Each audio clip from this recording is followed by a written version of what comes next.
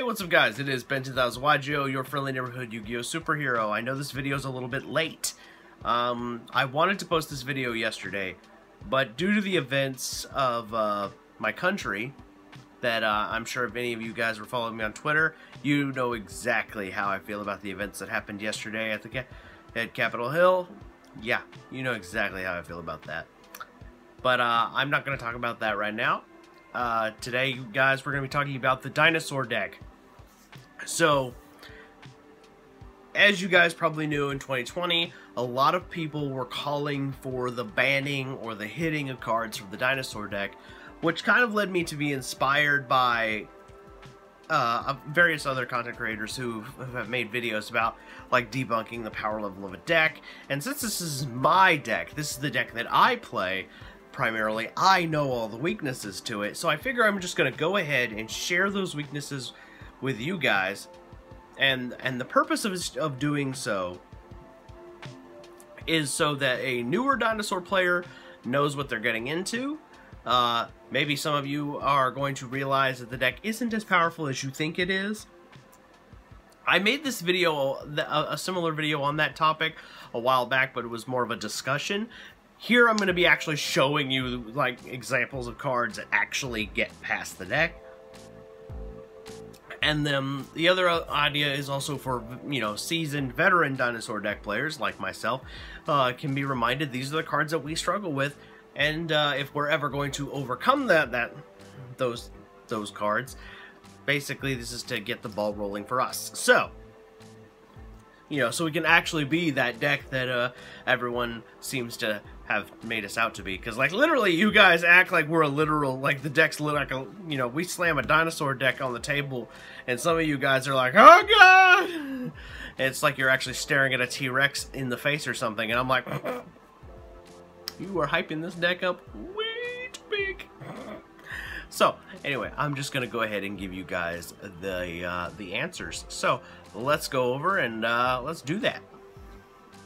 Alright guys, so I figured we should go ahead and start with something that's very basic. Let's go over the main dinosaur cards that you're probably going to see in every dinosaur deck. And these are the 8 cards right here that are the main cards. You're always going to see at least 7 out of 8 of these cards in every dinosaur deck. Obviously, some of these cards are, you know, more expensive than others. You know, Armadorn here is just overpriced as all get out, especially because it's probably going to end up being an Oviraptor replacement card. If the OCG is any kind of indicator on that. But, that's neither here nor there. We're not here to discuss that. Alright, so these are the primary cards of the dinosaur that make up the dinosaur deck and make it as powerful as it is. Ultimate Conductor Tyranno is the main deck boss monster. Oviraptor is the Stratos. Miscellaneousaurus is our 1 defensive card. Fossil Dig is our in-archetype Eroda. And then Amadadorn and Babycerosaurus and Lost World are basically the cards we use to extend our plays. And make combos, as well as help defend our cards. Like, for example, Lost World doubles as making extensions of the Oviraptor play, as well as providing the Oviraptor with a level of protection by giving the opponent a token and making the Oviraptor untargetable. This basically, putting a token on the field makes it to where it's harder for an opponent to use something like Imperm or Effect Veiler, or any other kind of targeting effect. So, Lost World kind of doubles as you know, an extension card as well as a defensive card. But Miscellaneousaurus is the deck's primary defensive card. And then we, like I said, Armadorn here and Babycerosaurus are part of combo pieces to extend the deck. And then Evolution Pill is a kind of a way through Arceus, Armadorn, and the unpictured Overtex is probably the budget variant here. To get to the double evolution pill, which is also used as a way to kind of cheat out Ultimate Conductor Tyranno. So, the first thing that you're going to want to know to getting past the dinosaur deck is you're going to want to look at floodgates. Now, these are the big 3 right here that really slow the dinosaur deck down, especially because dinosaurs primarily are a going second break the board deck. The thing about dinosaurs is they are primarily advantageous in a format that is very monster heavy. Decks like, for example, Adamancipator at their peak, the reason why dinosaurs did so well against them is because Adamancipator is primarily a monster based deck. So in formats where monsters are the heavy focus, in my opinion, as they should be, but that's a video for another day. The thing about them is that dinosaurs are going second board breaker deck at the end of the day, for most variants. So this is the thing that these three cards are, and the decks that primarily play them are going to slow the dinosaurs down exponentially, basically preventing the dinosaur player from even getting on the board at all. And the first two primarily. But I'm also going to go ahead and improve a fourth option, which is Floodgates. A lot of decks use these primarily, like zombies, True Kings, and Monarchs primarily also use a lot of Floodgates. I'm using Imperial Ironwall because this one's also particularly good against dinosaurs by preventing them from banishing, thus, keeping Miscellaneousaurus and Ultimate Conductor Tyranno from ever hitting the board. Mystic Mine obviously just says screw you to all monster decks, and of course the Calamities and the Utopic Zexal completely prevent other decks from playing the game at all, while the deck that plays these two monsters gets the bonus of being able to say, well, even though you can't play monsters, I still can, and still can just sit there and pummel the snot out of you. So basically, and Utopic Zexal can come out pretty big and making it really hard to beat over, because that's really the only thing you can do, and it's just but yeah, the dinosaur deck struggles with Floodgates. Just overall, certain Floodgates are going to do better than others. You're going to have to experiment. Like Summon Limit may not exactly be a good option. Imperial Ironwall is one, but not Imperial Ironwall. Imperial Order might be a good one to lock out spells. As an example, Rivalry can be good, especially if comboed with a zombie deck, because zombies are also a bit of Floodgatey. And maybe including one in any kind of back row deck like Paleozoic or Altergeist, you're going to give the dinosaur player a bit of a challenge. The next one thing that we're going to be discussing over here as Floodgates is the common hand traps. Believe it or not, Ash Blossom and Artifact Lancia are both common hand traps that work really well against the dinosaur deck. But the thing is, a lot of players don't know when to shoot them. Artifact Lancia, you can pretty much just shoot this the second you see Miscellaneous get sent to the graveyard. Just chain Lancia. And before, I have come across this on Facebook. Somebody says, well, you're only talking about beating Lancia. I'm really talking about when to go activate certain things here. Lancia is a key part of the dinosaur deck, as it is an extender and the deck's primary protection. Now, blocking that primary protection effect is harder, is a little bit on the harder side, but blocking the deck's ability to extend is really the way to stop it. At the end of the day, if the only thing you can do is summon an Oviraptor and summon a token to the opponent's side of the field, you're not really going to be able to, especially if you're going first, because a lot of players will figure out, well, yeah, if I force the dino player to go first, it's a subpar. It'll be subpar for them to play. Then yeah, these cards really hurt. Ash Blossom is going to be used to either stop the baby dinosaur in this graveyard effect. It can also be used to stop Miscellaneous's graveyard effect, which is, gonna go get 2 Archosaur.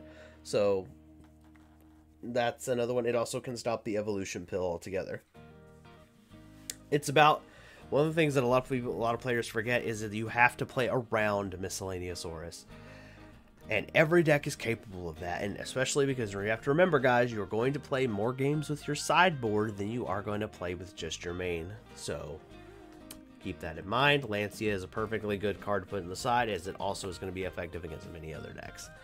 And Ash Blossom, as big of a pain in the ass as I think this card is, and as overpowered as I actually do think this card is for the sheer versatility of it, everybody's main decking that card. So it's really all about knowing when to launch it. Don't launch it at Oviraptor. You're just going to probably get chained out. Well, you'll either get chained blocked with Lost World, or you're going to, you know, or they're going to block you with Miscellaneous Saurus's protection effect, so don't even bother. The next thing is that we're going to be going over is negation. And this one's going to shock you guys, because here's the thing about negation. You're not going to be negating what you think you are. Here's the thing. You're going to want to negate the summon of a card like Oviraptor. Because here's the thing. If you negate the summon of the Oviraptor, or, you know what I mean, the Miscellaneous Saurus isn't going to be able to protect that card. It's just not going to happen.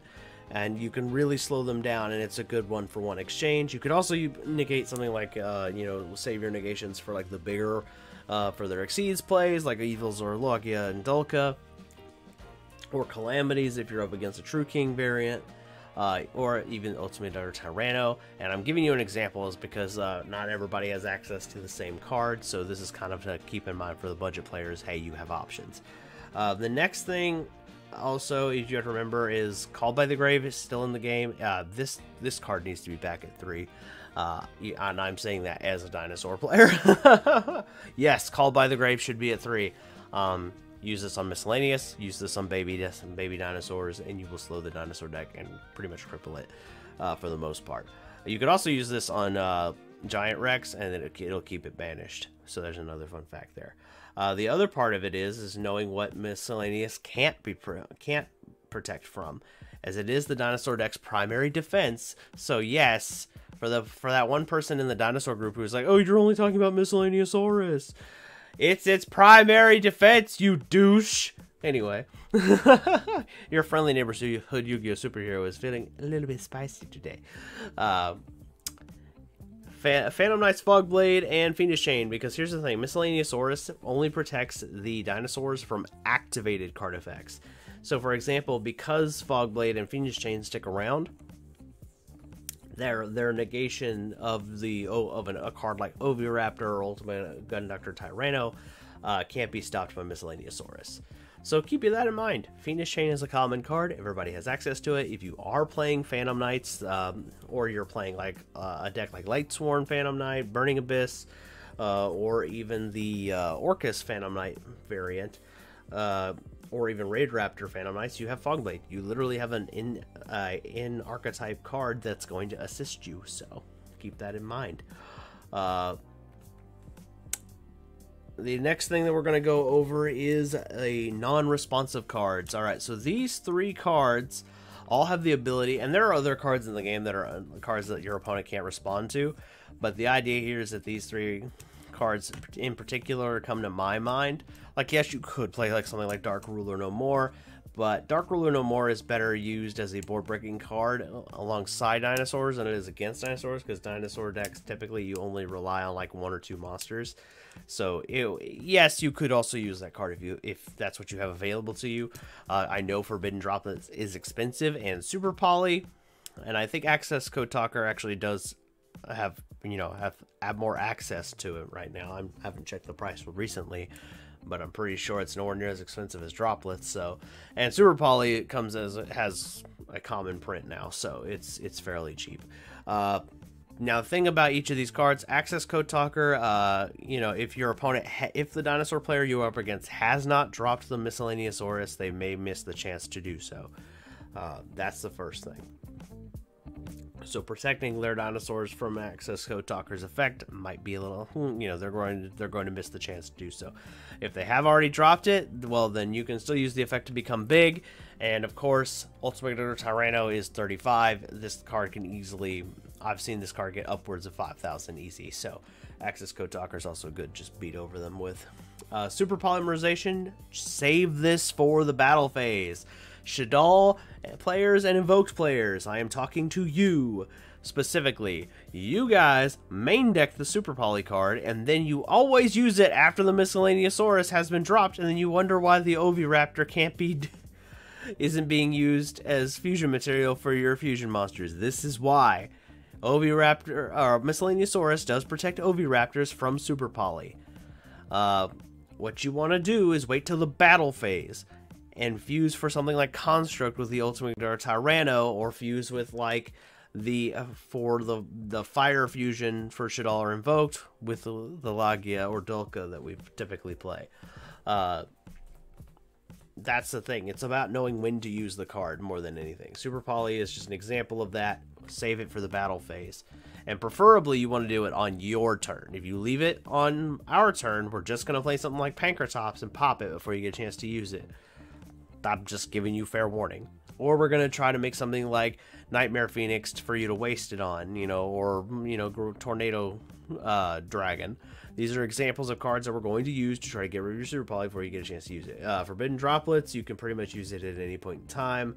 It's just one of those cards we can't respond to. I do know this card is outside of most players' budgets, but, you know, if you're just playing online, yeah, it's a card that'll get you there. As much as I hate Forbidden Droplets for what it is, I don't think it's a card that needs to exist in the game, but unfortunately, I don't get to determine that, so it is a card that you will have to deal with. Alright, so for the last thing is, I'm going to give you guys the final alternative options. And those options are, but surprisingly, some of these are going to be kind of cheaper than others. Alright, so for Mirror Force is representing battle traps. So there are more battle traps in the game than you think, than just Mirror Force. Surprisingly, there's cards like Magic Cylinder, Dimensional Prison. These are one-off cards. Or any kind of Paleozoic, the Paleozoic Dynamiscus is another example of a trap you can save for the battle phase and get rid of a problematic dinosaur card. Miscellaneousaurus's protection doesn't work on that. Also, Miscellaneousaurus will not protect your dinosaurs from Layer of Darkness.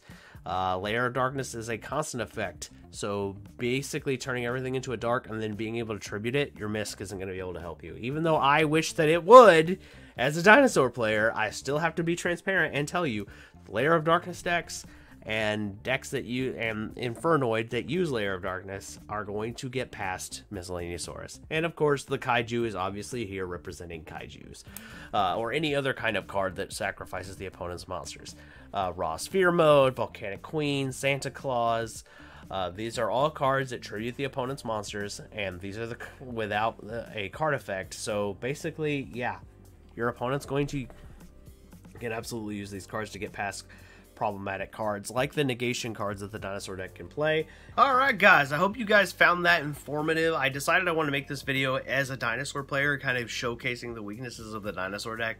Like I said at the beginning of the video, this is for newer dinosaur players so they can further make the decisions on the variant they might want to play, or for veteran ones so we can learn how to innovate, and also to kind of as a rebuttal for people who have been saying that dinosaurs are too strong.